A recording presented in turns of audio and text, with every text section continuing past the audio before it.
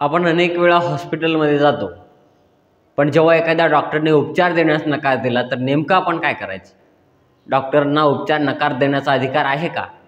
पाहूयात कायदा नेमका काय म्हणतो. नमस्कार, मी रामेश्वर जामगे. तुम्ही पाहत आहात राजमुद्रा न्यूज लाईव्ह. वडोदरा येथील एका स्त्रीरोग तज्ज्ञाने 30 वर्षाच्या गर्भवती महिलेवर उपचार करण्यास नकार दिल्याने इंटरनेटवर वादाला तोंड फुटले आहे. डॉक्टरांना आजही देव मानले जाते, परंतु काही वर्षात अशा काही घटना घडल्या आहेत ज्यामुळे डॉक्टर आणि रुग्ण यांच्या नात्यातील विश्वास हरवत चालला आहे. हे सर्वांनाच माहिती आहे की रुग्ण आपल्या उपचारांसाठी डॉक्टरांची निवड करू शकतात, परंतु डॉक्टरांना उपचार करण्याचा अधिकार आहे का किंवा उपचारास नकारण्याचा अधिकार आहे का, हा प्रश्न निर्माण होतो.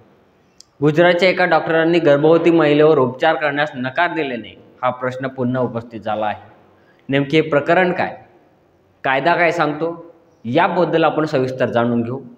वडोदरा येथील एका स्त्रीरोग तज्ज्ञाने 30 वर्षाच्या गर्भवती महिलेवर उपचार करण्यास नकार दिल्याने इंटरनेटवर वादाला तोंड फुटले आहे. सामाजिक माध्यमावर त्यांनी याचे कारण स्पष्ट केले. जसे रुग्णांना त्यांचे डॉक्टर निवडण्याचा अधिकार आहे, त्याचप्रमाणे डॉक्टरांना आपत्कालीन परिस्थिती वगळता उपचार नाकारण्याचा अधिकार आहे, असे डॉक्टर राजेश पारिक यांनी एक्सवरील त्यांच्या पोस्टमध्ये लिहिले. पाहूयात नेमकं घडलंय काय. डॉक्टर राजेश पारिक यांनी सामाजिक माध्यमावरून लोकांना माहिती दिली की त्यांच्या वैद्यकीय सल्ल्याकडे दुर्लक्ष करणाऱ्या आणि आवश्यक चाचण्या करण्यास नकार दिल्यामुळे एका गर्भवती महिलेला पुढील उपचार देणे नकारावे लागले. गर्भवती महिलेने तिच्या एका मित्राच्या सल्ल्याने या आवश्यक चाचण्या नकारल्या होत्या. गर्भाच्या आरोग्याचे निर्धारण करण्यासाठी या चाचण्या महत्त्वाच्या होत्या, असे डॉक्टरांनी सांगितले.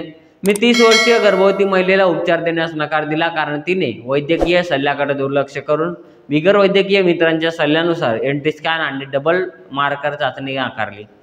मी तिला बऱ्याचदा समजावल्यानंतर तिला दुसऱ्या डॉक्टरकडे जाण्याचा सल्ला दिला, जो तिचा गैरसमज दूर करू शकेल, असे डॉक्टर राजेश पारिक यांनी एक्सवर लिहिले.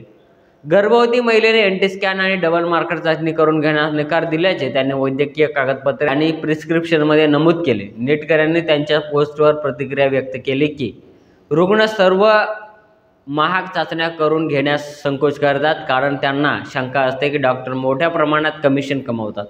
त्यावर डॉक्टर पारिक यांनी उत्तर दिले की चाचण्यांची एकूण किंमत फक्त 3,700 रुपये आहे.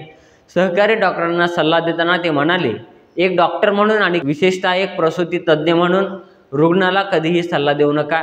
न्यायालयात तुम्हालाच परिणामांना सामोरे जावे लागेल, त्यांना नाही. त्यांची ही पोस्ट 49,000हून अधिक लोकांनी वाचली आणि त्यावर नेटकऱ्यांनी मोठ्या प्रमाणात प्रतिक्रिया दिल्या. आता पाहूयात उपचार नाकारण्याबाबत आपला कायदा काय सांगतो. नॅशनल मेडिकल कमिशनने एक अधिसूचना जारी केली. डॉक्टर रुग्णांना उपचार नाकारू शकतात असे सांगण्यात आले. द हिंदूच्या म्हणण्यानुसार डॉक्टरांबरोबर गैरवर्तणूक केल्यास डॉक्टर संबंधित रुग्णावर उपचार करणे नाकारू शकतात. नॅशनल मेडिकल कमिशनने त्या संदर्भात निर्णय घेत डॉक्टरांना उपचार करणे नाकारण्याचा अधिकार दिला आहे, परंतु त्यात असेही म्हटले आहे की एखादे प्रकरण स्वीकारल्यानंतर रुग्णाकडे दुर्लक्ष करू नये किंवा रुग्ण आणि त्याच्या कुटुंबियांना पुरेशी सूचना दिल्याशिवाय माघार घेऊ नये. म्हणजेच रुग्णावर उपचार करणे नाकारायचे असल्यास डॉक्टरांना त्यासंबंधीच्या प्रक्रियेची पूर्तता करावी लागते, त्यानंतरच ते उपचार नाकारू शकतात. जर डॉक्टर बदलण्याची आवश्यकता असेल तर रुग्ण किंवा त्याच्या पालकांकडून संमती घेतली पाहिजे. रुग्णाची काळजी घेणारा डॉक्टर त्याच्या कृतीसाठी पूर्णपणे जबाबदार असेल, असे अधिसूचनेत सांगण्यात आले आहे. मार्गदर्शक तत्वानुसार डॉक्टरांचा अपमान केल्यास, मारहाण केल्यास डॉक्टर रुग्ण आणि नातेवाईकांना उपचारास नकार देऊ शकतात, परंतु असे करताना उपचार नाकारण्याचे कारण देणे आणि रुग्णांना इतर डॉक्टरांकडे पाठवण्याची रीतसर प्रक्रिया करणे आवश्यक आहे.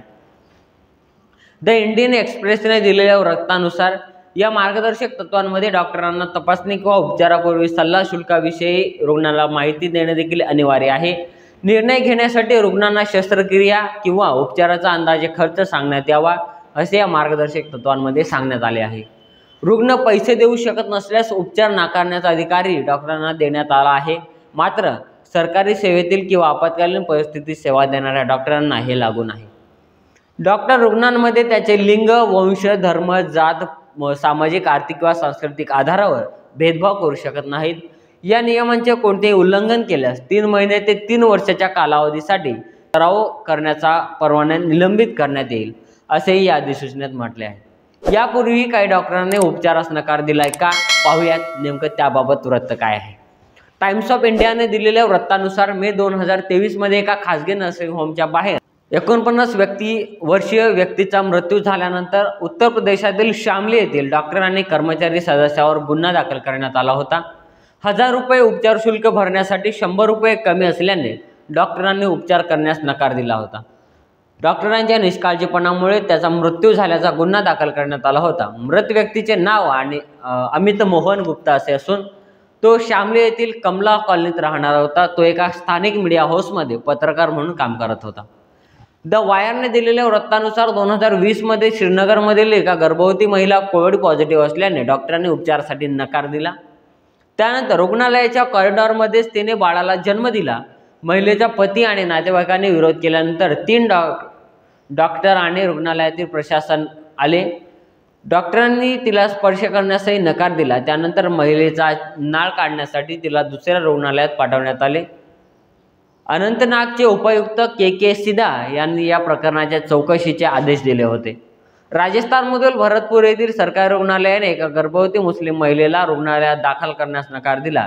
तिच्या धर्मामुळे तिला नकार दिल्याने सर्वत्र संताप व्यक्त करण्यात आला. इंडिया टुडेच्या वृत्तानुसार गर्भवती महिलेने रुग्णालयातून बाहेर पडल्यानंतर ॲम्ब्युलन्समध्येच मुलाला जन्म दिला, परंतु मूल जगू शकले नाही.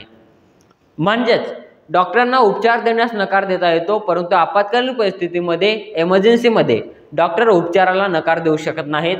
असेच आरोग्य, शिक्षण, सामाजिक, राजकीय, राष्ट्रीय, आंतरराष्ट्रीय घडामोडी आणि महत्त्वपूर्ण माहिती पाहण्यासाठी राजमुद्रा न्यूज लाईव्हला सबस्क्राईब करा आणि तुमच्या प्रतिक्रिया आम्हाला कमेंटच्या माध्यमातून कळवा. धन्यवाद. मनोरंजनाचं प्रबोधन, करमणुकीचं उद्बोधन, बातमी अचूक, माहिती बिनचूक. पाहत रहा राजमुद्रा न्यूज लाईव्ह.